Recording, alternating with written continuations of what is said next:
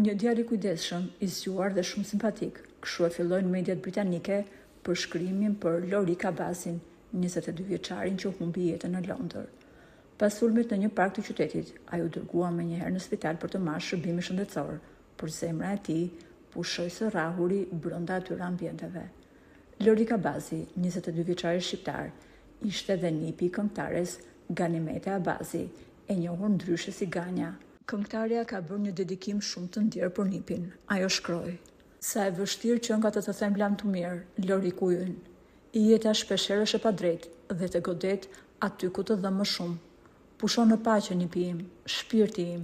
Ne do të jetojmë me dhimbjen që ti na le dhe me kujtimet dhe dashurinë që na dhe."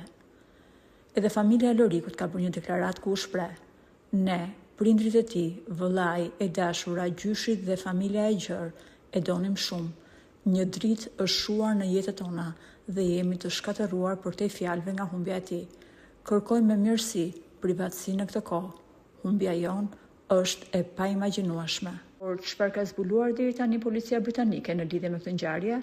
Shefi i policisë u shpreh se numri i personave të dyshuar që janë ndaluar deri në këtë momente ka shkuar në 12, por ajo që është marrë më intensivisht në pyetje është një vajzë 20 vjeçare, e cila mendohet se e ka futur në kurth Lorikun duke e telefonuar për të takuar në park. Aty më pas ka ndodhur edhe sulmi.